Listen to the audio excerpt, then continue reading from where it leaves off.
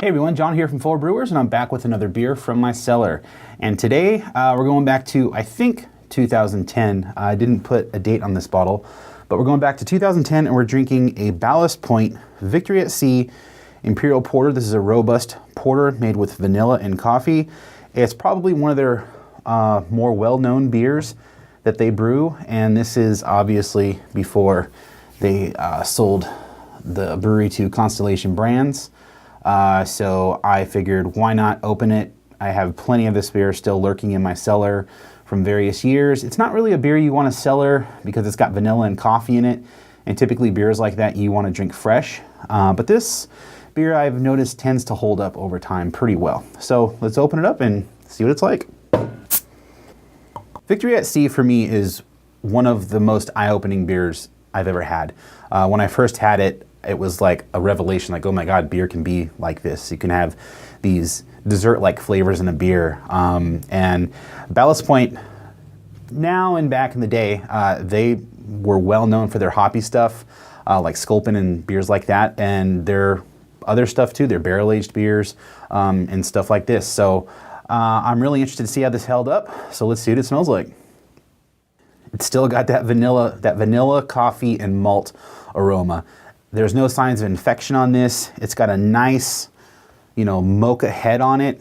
It's smelling great. This is at about 65 degrees. I didn't even put it in the refrigerator, just took it straight out of my cellar.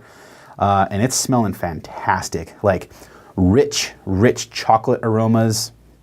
The coffee has subdued a lot, which I kind of expect that to go first. Vanilla tends to hang out a little bit longer than coffee, but man, this is smelling excellent. Yeah, not even like a hint of booze on there.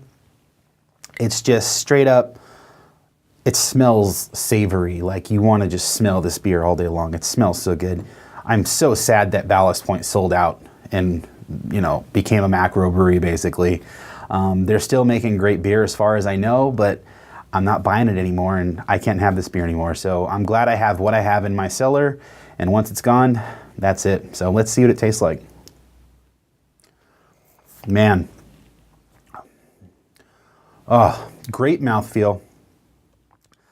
A little bit of a hint of booze on there. Dusty cocoa, chocolate.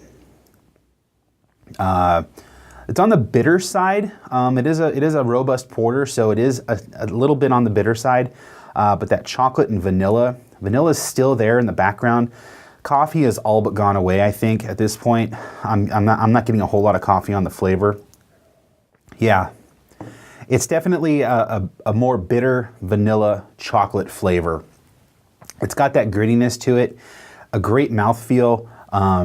It's just such an excellent beer. And for being, I don't know, almost 7 years old at this point, and it's holding up this well, it just speaks to how awesome Ballast Point is and was as a brewery. I mean, this is like perfect. This is a great beer. Fresh, it's even better. But I'm really happy with how this held up. I mean, you can kind of feel the heat after you let it sit for a while. It is a 10% alcohol beer, but overall, it's still spectacular. This is one of the most cellarable beers I've ever had. Like it works so well, fresh and with some age on it. And in this case, 6-7 years old. So Ballast Point, I'm sad to see you go down the road of the macro brewery thing, but you'll always have a little place in my heart, especially with Victory at Sea. It's such an awesome beer. So check it out, I guess, if you want. They still brew it. It's still a great beer as far as I know. But yeah, that's one less beer in my cellar.